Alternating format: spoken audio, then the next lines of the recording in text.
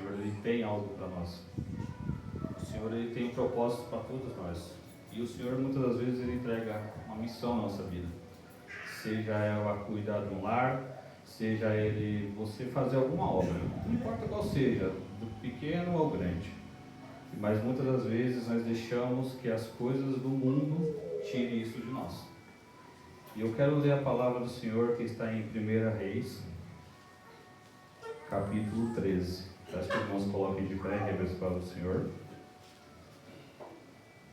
Se eu dar uma gaguejada aqui, os irmãos fiquem tranquilos, viu?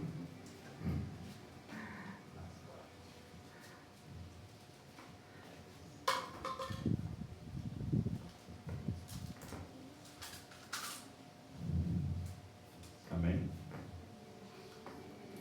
Está escrito assim: um homem de Deus vindo de Judá.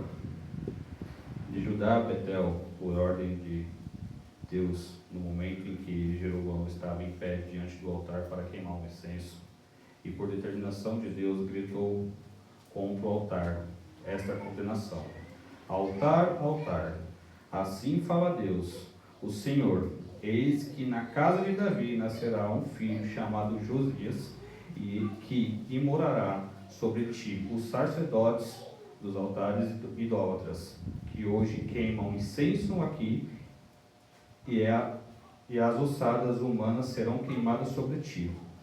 Naquele mesmo dia, deu ele um sinal afirmando: este é o sinal que Deus falou: o altar se partirá, e toda a cinza que está sobre ele será derramada.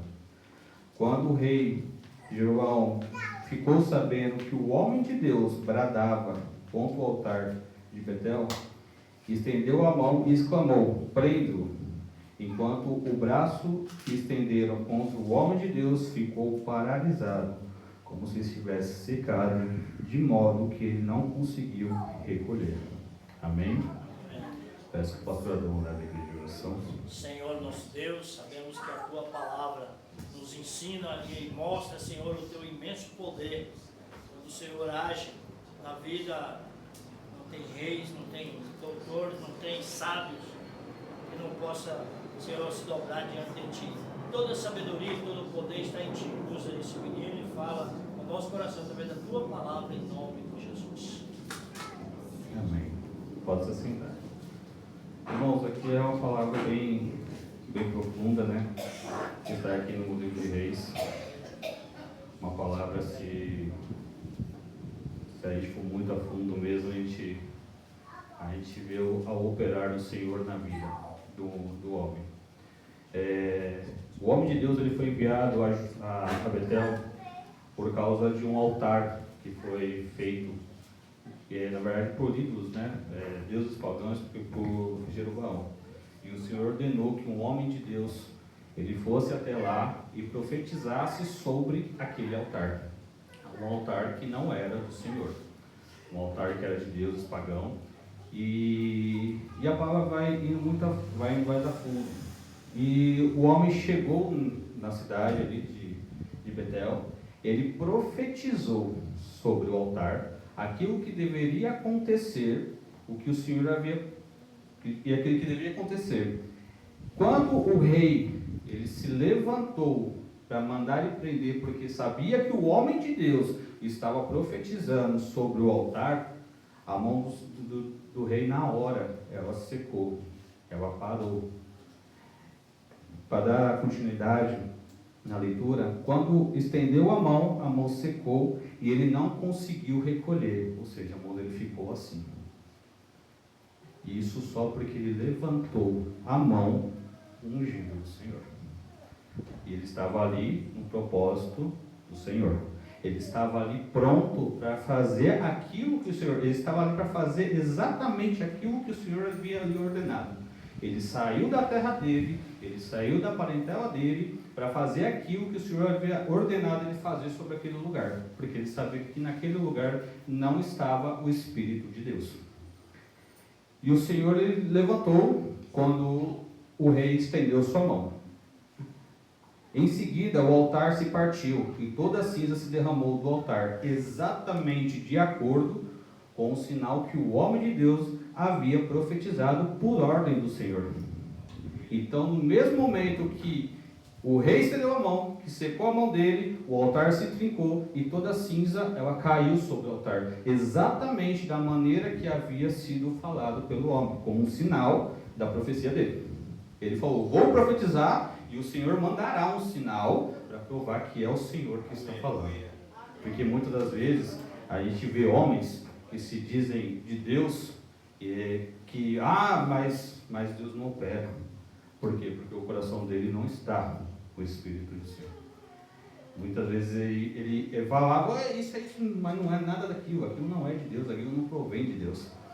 E muitas das vezes a gente temos que ter o discernimento do Senhor e prestar atenção. E é onde nós vamos chegar nessa palavra. Então o rei rogou ao homem de Deus, olha que profundo: aplaca e te suplico a ira de Deus, a ira de Yahvé, teu Deus, e ora por mim, para que o meu braço volte a ser o que era. Ele pediu, o rei falou: pelo amor de Deus, né? Meu braço volte ali normal, né? Que agora ele está aqui travado, está duro, está seco, né?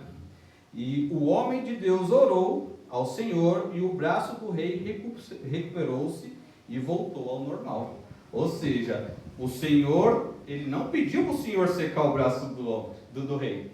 Só que só de ele levantar a mão para ir contra o homem de Deus, o braço secou. Nessa que o braço secou, o rei pediu ao homem de Deus: clame ao Senhor para que meu braço volte ao normal. E o homem orou e o braço voltou ao normal. Isso é o operar do Senhor Jesus Cristo. Se aí for muito a fundo, você fala: nossa, irmão, que tremendo. Ele poderia ficar com o braço estendido o resto da vida, né? Como um castigo do Senhor aí, né? Mas você vê como o Senhor é um Deus de misericórdia. O Senhor é um Deus que Ele está ali para mostrar que Ele está contigo, seja na luta ou seja na vitória. Ele está com você. Amém? E recuperou-se normal. O rei convidou o homem de Deus: vem comigo à minha casa para te alimentares e refazer tuas forças e te recompensarei. Mas o homem de Deus replicou ao rei. Essa parte é bom a gente prestar atenção. Mas o homem replicou ao rei. Só me deixar que eu me perdi. O homem replicou ao rei: mesmo que me desse a metade do teu reino, eu não seguiria em tua companhia. Tampouco comeria pão, nem saciaria minha sede neste lugar. Vamos mais a fundo? Porquanto recebi de Deus esta ordem: nada comerás, nem beberás, e nem voltará pelo mesmo caminho por onde fores. Ele tinha uma missão: sair da terra dele, ir até o altar, profetizar, fazer aquilo que o Senhor mandou, ordenou, e seguir por um outro caminho. E naquela terra ele não comeria, ele não beberia, e ele deveria seguir por outro lugar que não fosse o mesmo por qual ele veio. Provavelmente por inimigos, alguma coisa. O Senhor tinha um propósito naquela vida daquele homem. E ele fez exatamente isso.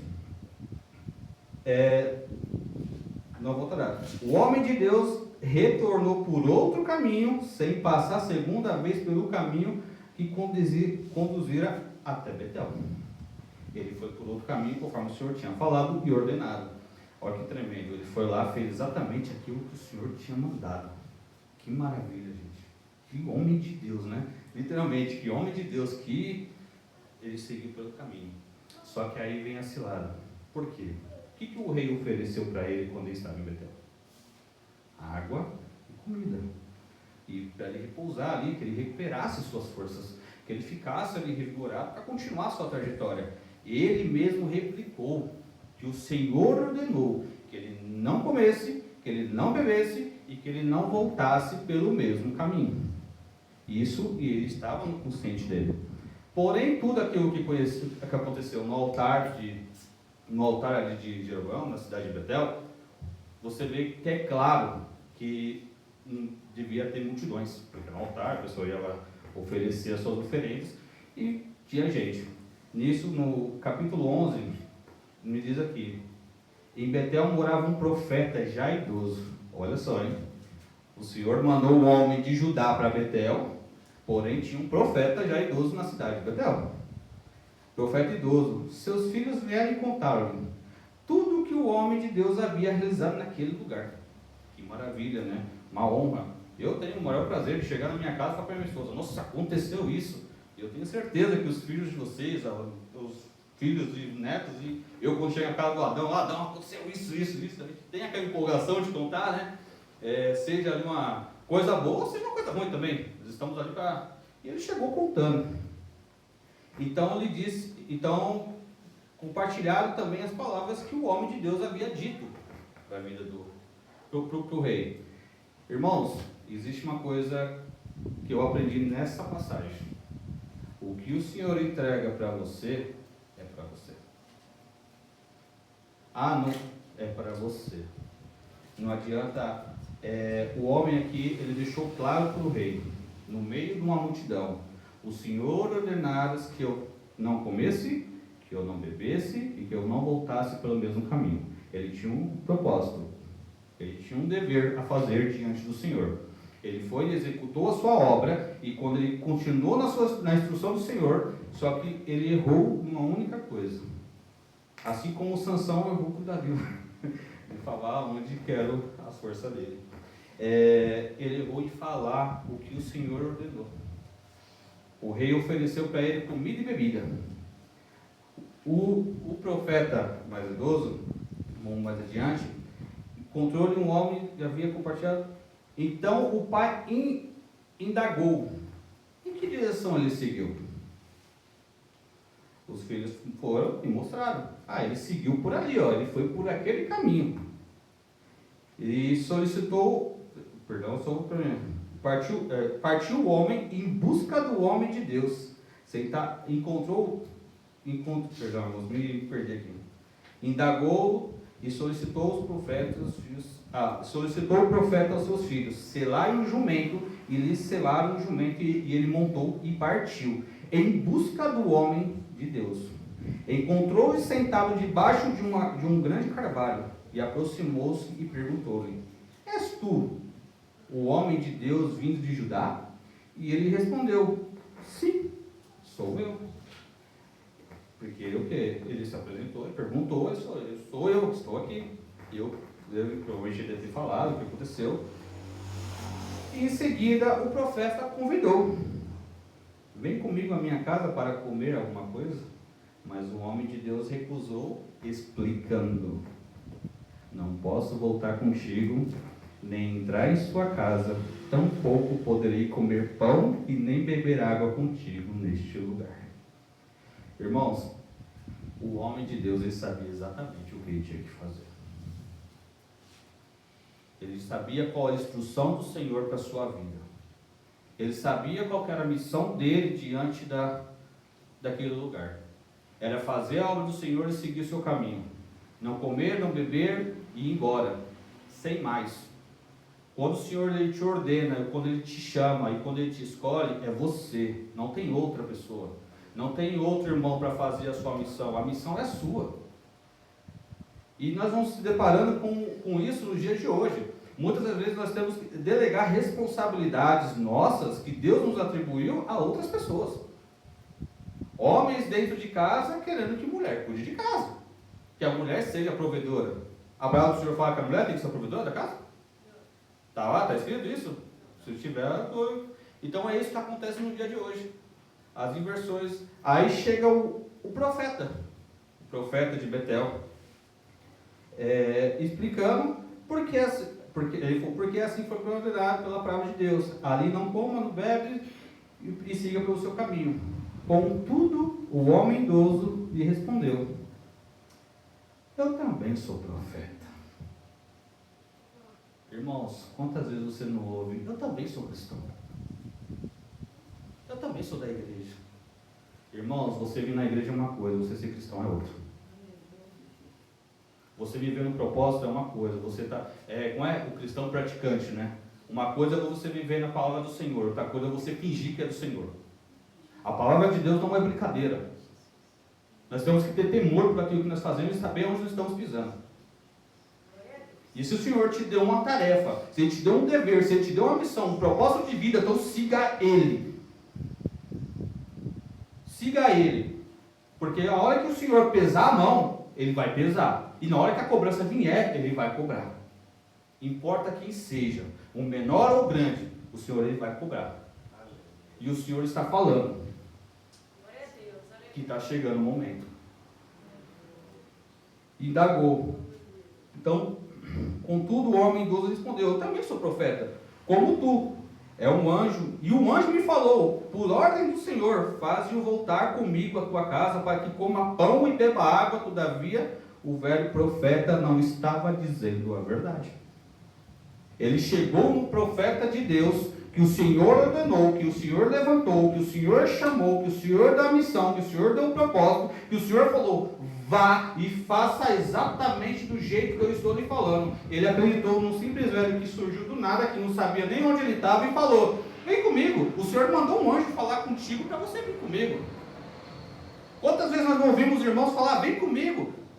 Às vezes o caminho é errado. Eu também sou da igreja, eu também sou cristão, eu também vivo o cristianismo. É muito fácil viver desse jeito. Só que o Senhor, Ele pesa. O cristão, ele tem uma responsabilidade. E essa responsabilidade é extremamente dele. Anunciar a palavra do Senhor. Dar um bom testemunho. Amar o próximo como a si mesmo. Isso é ordem. É obrigação do cristão. Se você quer seguir o cristianismo, se você quer ser um cristão de verdade. Agora, quando você não olha as coisas de Deus e você olha para o seu próprio eu, você não está sendo cristão. Você só é mais um que senta na cadeira e acompanha o culto. E, dando continuidade na palavra, irmão. Sendo assim, olha que respondeu comigo. Meu Deus, eu me perdi aqui, gente. Perdão, me lembrou aqui. Oh, Deus.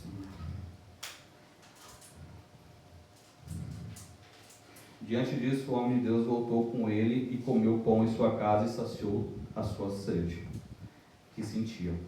Irmãos, eu fiz uma questão de pesquisar no caminho de Betel para ajudar. O caminho de Betel para ajudar, ele é um lugar totalmente quente e seco. Provavelmente aquele homem ele estava com fome pelo caminho e também estava com muita sede. Ele estava com fome e muita sede por causa do tempo seco, por causa do percurso que ele estava seguindo. Como o Senhor ordenou que ele não comesse, que ele não bebesse naquele lugar, ele estava necessitado de alimento, necessidade de tudo. Essa passagem, ela me faz, nessa parte do texto, ela me faz lembrar do Senhor Jesus Cristo, quando o Senhor estava no deserto. O que o Satanás ofereceu para Jesus? O que ofereceu a Rebeca? Pão, né? Por quê? Ele estava em jejum, né?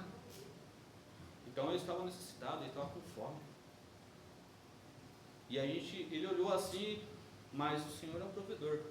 Eu tenho certeza que se ele tivesse recusado daquele velho profeta e retornado e seguisse o seu caminho, o Senhor proveria. O Senhor ia prover. Isso eu não tenho sombra de dúvida. Mas não, ele optou em voltar. Ele escolheu voltar. Ele escolheu voltar e voltou para a casa daquele velho profeta.